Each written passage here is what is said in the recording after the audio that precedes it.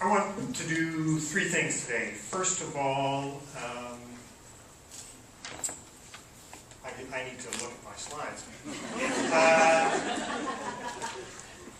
Well, you'll see. Archaeological excavation, it focuses on proper technique, and that includes troweling. And troweling becomes an issue with typical simulations. And so people need to be very careful, recording everything, because when you excavate a site, of course, you're destroying that site. That means drawing as much detail as you can on the map and recording the information about exactly what you find on the level sheets. What do you find? You find things like at Fort Walsh, wood that's been in the ground since 1875. Prehistorically, you find concentrations of pottery. You find features like fire pits on the left and post molds. You can't really see it in that slide, but you can see the split in the bottom of that post because it's rotten wood. Now, what is simulation? I think the keys are that it's select characteristics. We can't replicate entire reality. And so it's simplified, there are artificial constraints, and the keys, hopefully you had a chance to look at them. Now, sandbox. She's troweling through unrealistic matrix. Loose sand isn't what you find in an archaeological site. The people at Langley in Quebec aren't troweling as you should in archaeology with controlled levels, horizontal levels. Now, there are other kinds of ways of simulating. You can do it on paper, like the Colonial Williamsburg folks do, or you can do it in Second Life, which tends, to me, appears to be very highly grained. You can do it with virtual reality and having people reach into the site, but they're not handling real artifacts. And I think museums centrally are about real artifacts. Now, think about the well-excavated squares that you see. What is it? It's a flat surface with artifacts on the surface.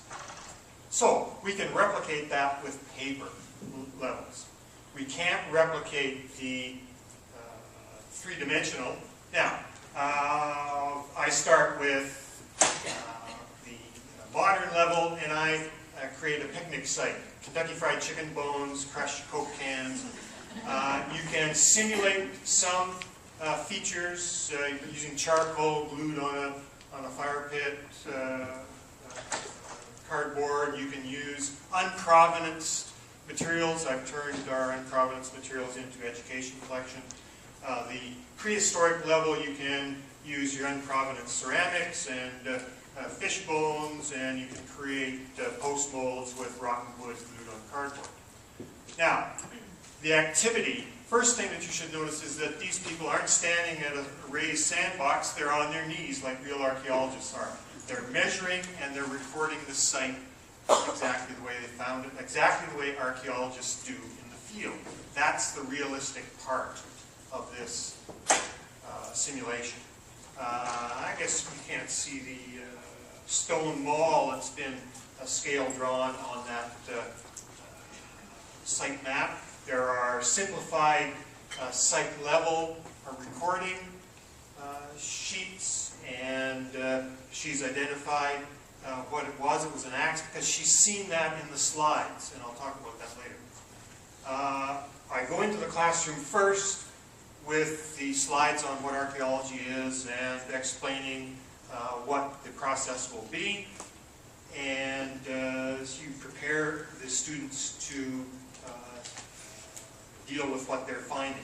I also get them to apply for a permit to excavate our simulated site, because they need to know that finders aren't keepers, and that they have responsibilities. So, what you need to do is focus on the reproducible reality, because you can, what was that wonderful thing that I thought at the end? Oh, sandbox simulation puts the emphasis on the wrong syllable. Let's put the emphasis back on what archaeologists really do. We can get students to do that. Thank you.